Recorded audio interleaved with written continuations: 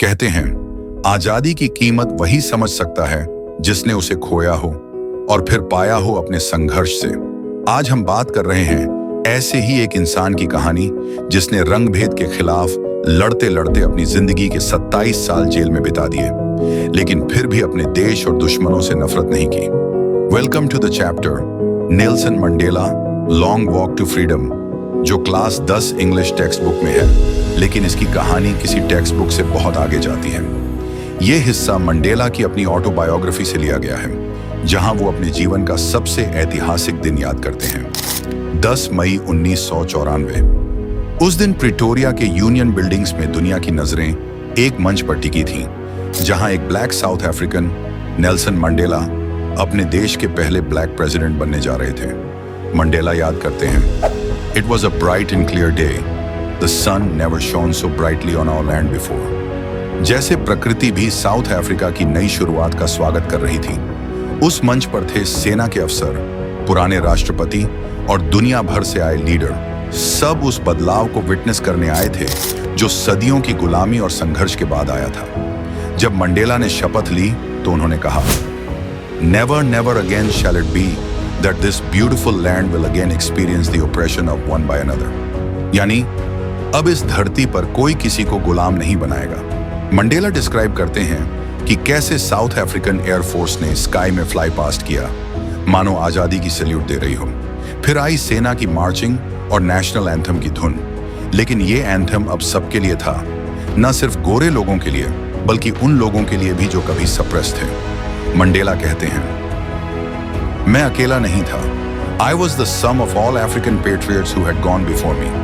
मतलब वो उन हजारों फ्रीडम फाइटर्स की सिंबल थे जिन्होंने कभी देखा भी नहीं कि उनका सपना सच होगा या नहीं। इस यूनिटी का सबसे सुंदर प्रतीक था वो क्षण जब दो नेशनल एंथम्स एनकोसी सिकेलेल आई अफ्रीका और डाई स्टेम एक साथ बजाए गए। दो कम्युनिटीज ने पहली बार साथ में गाना गाया। मंडेला लिखते हैं कि उस दिन उन्होंने प्राइड और होप दोनों को महसूस किया, और वो जानते थे कि इस खुशी के पीछे कितनी तकलीफें छुपी हैं। अब वो बात करते हैं उस सिस्टम की, एपार्थाइड, जिसने साउथ अफ्रीका को रंग के आधार पर बांट दिया था। व्हाइट लोगों को एजुकेशन, हेल्थ, पावर सब कुछ मिला और ब्लैक लोगों को कुछ नहीं।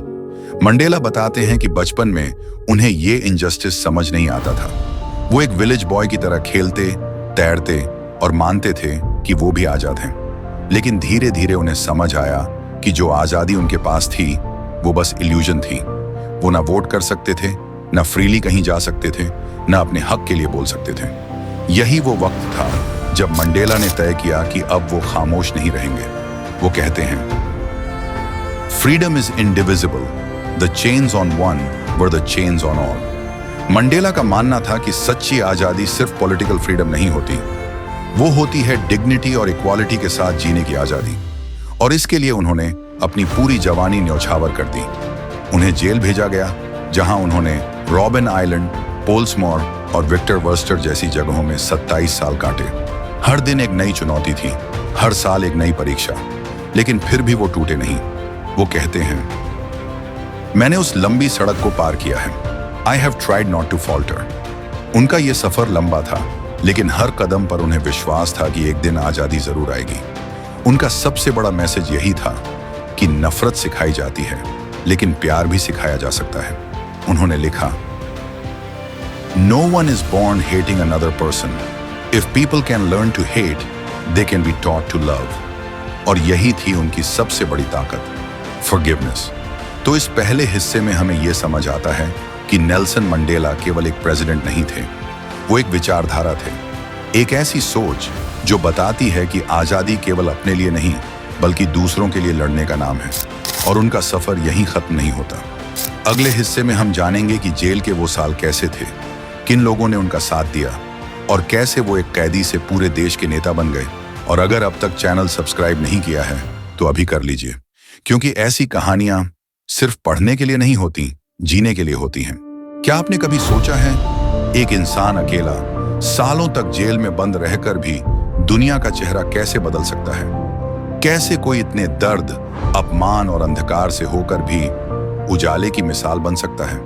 तो आइए उस लॉन्ग वॉक की अगली कड़ी पर चलते हैं, जहां नेल्सन मंडेला की असली परीक्षा शुरू होती है। पार्ट 1 में हमने देखा था कि उन्होंने आजादी की असल परिभाषा क्या बताई, लेकिन अब हम जानेंगे कि उन्होंने उस आजादी की कीमत कैसे चुकाई। Welcome to part 2। और यकीन मानिए, ये सिर्फ इतिहास नहीं, इंसानियत की सबसे बड़ी कहानी है। मंडेला बताते हैं, जेल की दीवारें उनके शरीर को कैद कर सकती थीं, लेकिन उनके विचारों को नहीं। 27 साल की लंबी कैद, हर दिन एक जंग, हर रात एक उम्मीद। रॉबिन आइलैंड की वो सख्त जमीन, पत्थरों के ढेर और वो काली अंधेरी कोठरी मंडेला का स्कूल बन गई। वहीं उन्होंने सीखा पेशेंस, सेल्फ डिसिप्लिन और वो चुपचाप बदलने की ताकत। उन्होंने कहा, I was not born with a hunger to be free, I was born free। लेकिन जब उन्होंने देखा कि उनके लोग गुलाम हैं, तभी असली लड़ाई शुरू हुई। उनके लिए फ्रीडम का मतलब था सिर्फ खुद के लिए नहीं, बल्कि हर साउथ अफ्रीकन के लिए, चाहे वो किसी भी रंग, जाति या भाषा का हो। उन्होंने कहा, to be free is not merely to cast off one's chains, बल्कि दूसरों की फ्रीडम का सम्मान करना भी उतना ही जरूरी है। जेल में रहते हुए भी उन्होंने अपने दुश्मनों को समझा, उन्हें माफ किया, और इसी सोच ने उन्हें महान बना दिया। जब वो बाहर आए तो बदला नहीं, बदलाव लाए। उनकी लीडरशिप ने साउथ अफ्रीका को रेशियल अपार्थाइड से बाहर निकाला और एक रेनबो नेशन का सपना हकीकत बना दिया। अब थोड़ा एग्जाम फोकस भी कर लें।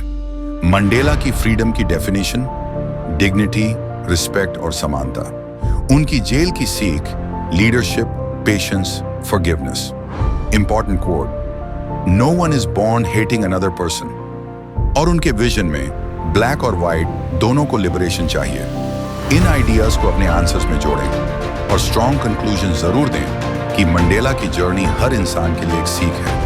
कोट्स से आंसर्स को ऑथेंटिक और पावरफुल बनाइए। एग्जाम्पल के लिए, दुर्व्यवहार करने वाले को भी मुक्ति मिले, जितनी ही मुक्ति दुर्व्यवहार के शिकारों को मिले। ये लाइन सिर्फ याद रखने के लिए नहीं है, ये सोच बदलने वाली लाइन्स है। तो अब आप खुद सोचिए, एक इंसान जिसने पर्सनल पेन को पब्लिक पर्पस में बदल दिया, क्या वो सिर्फ एक नेता था या एक मिसाल?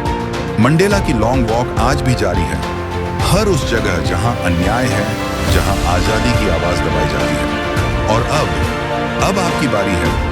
क्या आपने कुछ सीखा इस कहानी से? अगर हाँ, तो ये वीडियो आपका एक लाइक डिजर्व करता है ना? पर वेट, आप तो ऐसे जा रहे हैं जैसे ये वीडियो अपने आप ही YouTube पे आ गया हो। अरे, बिना लाइक और सब्सक्राइब किए जा रहे हो? सीरियसली? क्या मतलब? पहले ही कर दिया?